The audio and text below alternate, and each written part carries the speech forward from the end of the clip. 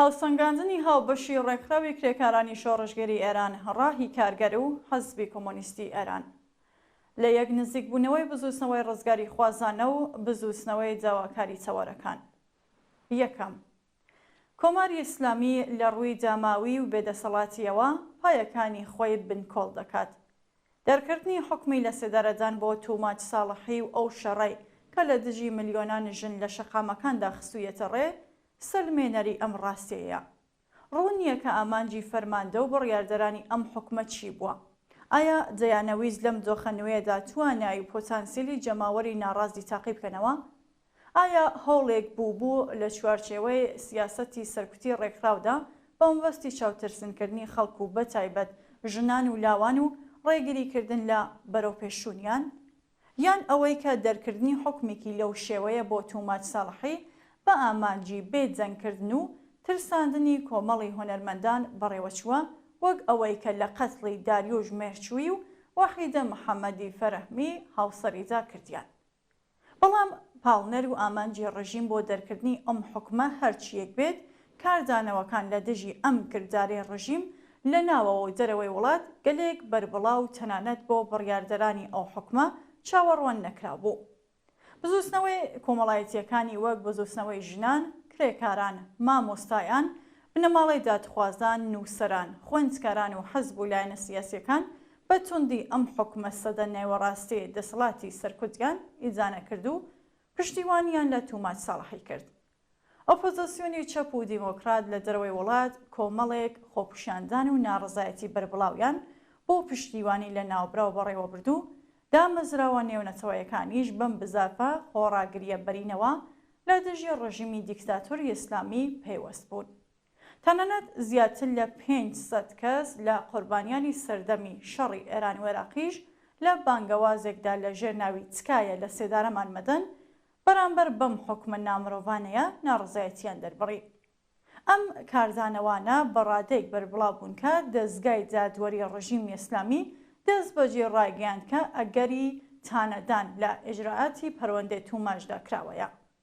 ئەوان بۆ جارێکی تر لەوە تێگەیشتن کە چه ئاستێک لە نەفرەت و بێزاری سەبارەت بە دەسەڵاتداریەتی ئەوان لە ناو کۆمەڵگادا کۆنگی خواردوەتەوە و کۆمەڵانی خەڵکی وەگیان هاتوو ڕۆڵە وشیار و قارەمانەکانی خۆیان لە بەرامبەر ئەم حکوومەتە مرۆڤ کوژەدا بە تەنیا ناهێڵنەوە. تا ئێرە حکوومەتی ئیسلامی لەم نمایشی ترساندن و تۆقاندنەدا شکستی خواردووە و بۆی دەرکەوتووە کە مەسەلەی لە سێدارەدانی زیندانیانی سیاسی وەک کوشتاری وەحشیانەی جەیەکانی ڕابردوو بەبێ تەحەمموڵی هەزینەی قورس بەسەریاندا تێپەڕ نابێت. دووهەم، ئاشکراکردنی بەڵگەنامەی شێوازی گیانەدەستانی نیکا شاکارەمەی لەلایەن دەستگای نێنۆتەوەی BBC-ەوە جانجانەوەیەکی جیهانی لێکەوتەوە. بەکرێگیراوانی ڕژیم هەوڵێکی تایبەتیان لە تۆڕە کۆمەڵایەتیەکان ڕێکخستووە بۆ ئەوەی وانیشان بدەن کە گوایە ئەو ڕاپۆرتە هەژێنەرە ناڕاستە و لەلایەن BBC-ەوە هەڵبەستراوە. بەر لە بڵاوبوونەوەی ئەو ڕاپۆرتەش هیچ گومانێک سەبارەت بەو جنایەتێک کە بەسەر نیکادا هات و چۆنیەتی گیانەدەستانی بوونی نەبوو. بەڵام ئەوەی ئێستا ڕوونتر بووەتەوە ئەوە یەکەن ناوبراو ڕێکخەرێکی بوێر و چاونەترس بووە کە لەلایەن مەئەموران و جنایەتکارانی ڕژیمەوە ناسراوە و بە مەبەستی تێکشکاندنی ئێرادەی پۆڵاینی ئەم کچەلاوە دەست درێژی سەکسیان کردووەتە سەری و بە شێوەیەکی دڕندانە کوشتویانە. ئێستای تر نیکا بۆتە هێمای بوێری و ئێرادەی پۆڵاینی و مانای ژیان، ئەویش هاوشێوەی ژینە بووەتە کچی ئێران. سێهەم، لە بارودۆخێکدا کە دانوستانەکانی قاهرە نزیک بووەتەوە لە ڕازیبوونی حەماس بە مەرجی دەوڵەتەکانی میسر و قەتەر بە ڕەزامەندی دەوڵەتی ئەمریکا سەبارەت بە ئاگربەز لە غەزە، دەوڵەتی ئیسرائیل بە هێرش بۆ سەر ناوچەی ڕەفەح و داگیرکردنی دەواازەکانی نێوان میسر و ڕەفاح کە تاکە دەواازەی غەزەیە ڕوو بە جیهانی دەرەوە هەوڵ دەدات ئەم دانوستانە لەگەڵ شکست بەرەو ڕوو بکاتەوە. گومان لەوە زانیەکە پلانی دەوڵەتی ڕەگەزپەرستی نەتانیاهو بۆ داگیرکردنی تەواوەتی ڕەفاح، کۆمەڵ کوژی فەلەستینیەکان و وەڕێکەوتنی جۆگەلەی خوێن و کارەسادی جینۆسایدێکی بە تەواو مانای لێ دەکەوێتەوە. جگە لەوەش ئاستی پابەند نەبوونی وڵاتانی ڕۆژاوای بە مافەکانی مرۆڤە لە ڕاپۆرتەکانی ڕێکخراوی نەتەوە یەکگرتووەکاندا بەڕوونی دەردەکەوێت. راپۆرتگەلێکی کە بەیانگەری بەردەوامی جینایەتەکانی شەڕن و ئەو وڵاتە هەروە بەردەوامن لە ناردنی چەک و چۆڵ و پاڵپشتی دارایی و مێدیایی بۆ ئیسرائیل. کارناسانی ڕێکخراوی نەتەوە یەکگرتووەکان لە راپۆرتێکدا ڕایانگەیاندووە ئێمە لە وردەکاریەکانی ئەو گۆڕە بە کۆمەڵانێ کە لەم دوایەنەدا لە کەرتی غەزە دۆزرانەتەوە تووشی سەرسوورمان بووین. لە نەخۆشخانەکانی ناسر و ئەلشەفادا زیاتر لە 390 تەرم دۆزراونەتەوە کە زۆربەیان ژن و منداڵن و بەپێ راپۆرتەکان زۆربەیان ئاستەواری ئەشکەنجە و ئیعدامی سەرپێئی و زیندە بەچاڵکردنیان پێوە دیارە. تا 29 ئاڤریلی 2024 لە کوێ 34488 فەلەستینی کە لە غەزە کوژراون، 14500 کەسیان منداڵ و 9500 کەسیشیان ژن بوون. بە گوێرەی راپۆرتەکان 77643 کەس بریندار بوون کە 75 لە سەدیان ژن و زیاتر لە 8000 کەسیش بێسەر و شوێنن یان لەژێر داروپەردوودا ماونەتەوە. شەڕی غەزە و جینۆسایدی ئەرتەشی ئیسرائیل لەگەڵ ناڕزایەتیەکی سەرتاسەری و جیهانی بەرەوڕوو بووەتەوە. بزوستنەوەی خوێندکاران لە 300 زانکۆی ئەمریکا بووەتە ئاڵا هەڵگەڕی ناڕزایەتی بەرامبەر بەو جینۆسایدە ئاشکرا و دڕندانەیە و دیفاع لە مافەکانی خەڵکی فەلەستین. بزوستنەوەیەکی کە بەهۆی چالاکبوونی هێزی چەپ تیادا نیگەرانی دام و دەستگای دەسەڵات و پۆلیسی ئەو وڵاتەی لێکۆتوێتەوە. هەر بۆیە بۆمبەستی کۆنتڕۆڵکردنی بۆ پەڕی توند و تیژی وەحشیگەریەوە هاتوونە سەمایدا. لە لایەکی ترەوە نێتانیاهوش کەوتووەتە ژێر گوشاری بیڕای گشتی لە ئیسرائیل و تەنانەت دەوڵەتە هاوپەیمانەکانی خۆی.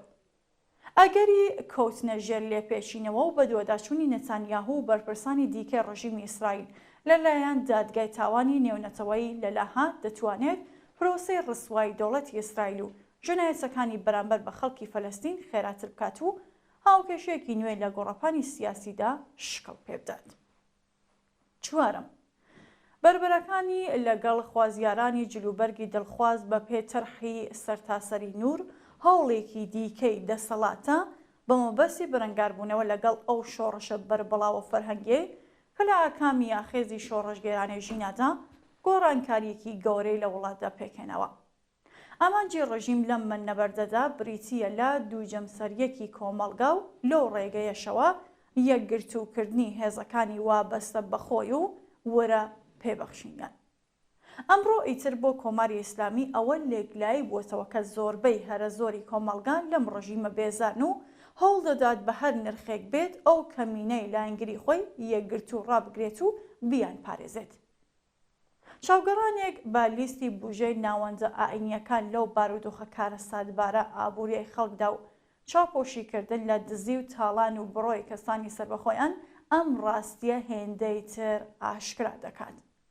بەخشینی 25 ملیارد تمەن و نیو 425,000 دۆلار بە 36 بەڕێوەبەری شارەوانی لەلایەن زاکانی سەرۆکی شارەوانی تەرانەوە نمونەیەکی ئاشکرایە لە بەخشینی سامانی گشتی بە شوێنکەوتوان و دەست و پەیوەندیەکانی خۆیان.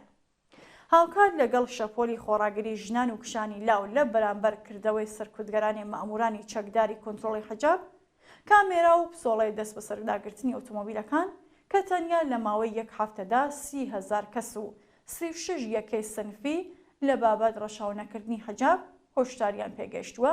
ناڕزایەتی کۆمەڵگای باوەڕمەندانی ئائینی دژ بە حجابی یەکجباریش تا دێت زیاتر پەرەدەستێنێت.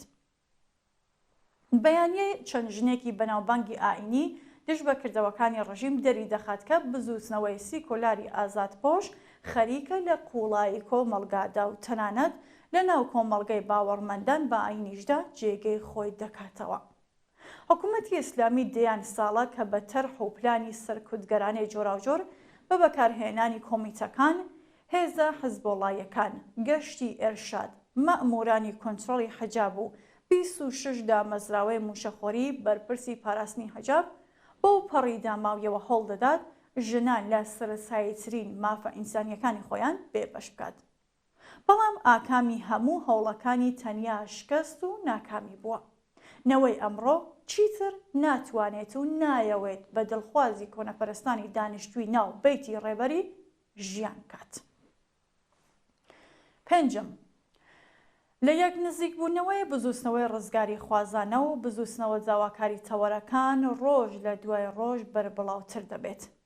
لە هەفتەی ڕابردوودا دیفاعی لێبڕاوانەی ڕێکخراوە سنفیەکانی مامۆستایان و شۆڕەی هەماهەنگی ڕێکخراوە سنفیەکانی مامۆستایان بزوستنەوەی خانەنشینان و کرێکارانی حوتەپان لە تومات ساڵحی لەلایەک و ناڕزایەتی ئاشکرا لە دژی تەرحی سەرکوتگەرانی نور لەلایەکی ترەوە نیشانێ ئاشکرای پەیوەندی وشیارانەی بزوستنەوەی داواکاری تەوەرە لەگەڵ بزوستنەوەی ڕزگاری خوازانەی ژنان و لاوانی وڵات. کرێکاران و مامۆستایان و خانەنشینان بەڕوونی دەرکیان بەوە کردووەکە داواکاریە سنفەکانیان بە قوڵی بەستراوەتەوە بە داواکاریە سیاسیەکانی کۆمەڵگاوە.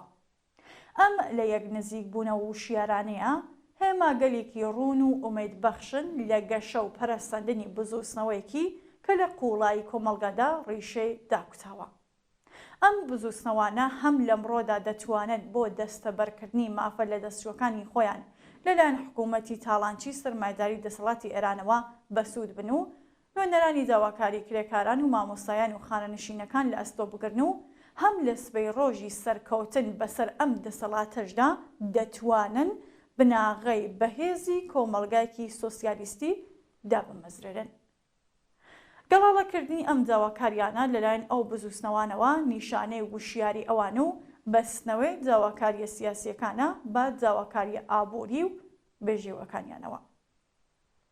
شەشەم، هەژاری لە ڕادەبەردە لە کۆمەڵگادا ڕۆژ بە ڕۆژ ڕوخسارێکی ترسناکتر بەخۆیەوە دەگرێت. گرانی، بێکاری، هەڵاوسان و دابەزینی بەهای جراوی وڵات گوشارێکی چاقەت پڕۆکێنی بەسەر زۆربەی هەرە زۆری خەڵکی ئێراندا سەپاندووە.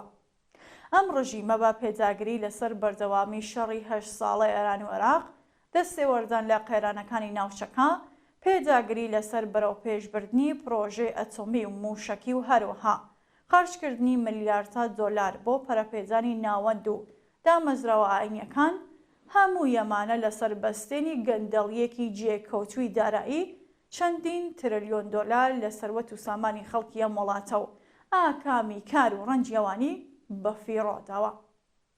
کاری گەیاندوێتە ئەو ئاستەی کە ئەمڕۆ زیاتر لە 70% خەڵکی ئێران لە ژێرهێڵی هەژاریدا دەژین. ئەم دۆخە بە نۆرەی خۆی بووەتە هۆی سەرهەڵدانی گەلێک دیاردەی نائاسایی و زیانی کۆمەڵایەتی وەک لەشفرۆشی، ئالوودەبوون بە مادە هۆشبەرەکان، گەڕان لە ناو زبڵدان، خەوتنی منداڵانی کار لە ناو کارتۆن و خۆکوشتن و هیتر. واقعیەت ئەوەیە کە کۆماری ئیسلامی لە گێژاوی قەیرانێکی ئابووری چارە هەڵنەگردا خەریکە نوقم دەبێ و هیچ ڕێگایەکی دەربازبوونی نییە. لە هەلومەرجێکی لەو شێوەیەدا بەمبەستی پڕکردنەوەی کورتێنانی بودجەی ساڵانەی خۆی و دابینکردنی هەزینەی زۆر و زەوەندی دام و دەستگای سەربازی و ئەمنیەکان و پەرەپێدانی و خڕافات دەستنوێژی کردووەتە سەر سفرەی کرێکاران و زەحمەتکێشان و زۆرینەی خەڵکی بێبەشیم کۆمەڵگایە و بە کەمکردنەوەی خزمەتگوزاری کۆمەڵایەتیەکان بارودۆخی ژیانی خەڵکی بێبەشی دژوارتر کردووە.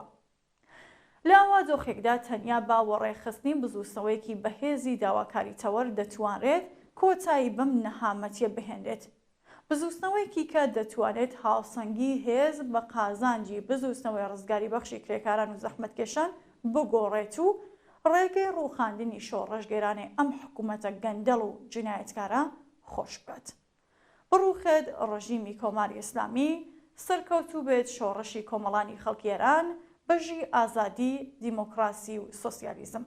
حەزبی کۆمونیستی ئێران و ڕێکخراوی کرێکارانی شۆڕەشگەری ئێران ڕاهی کارگەر 18 گوڵانی 1403 هەفتی ئایاری 2024.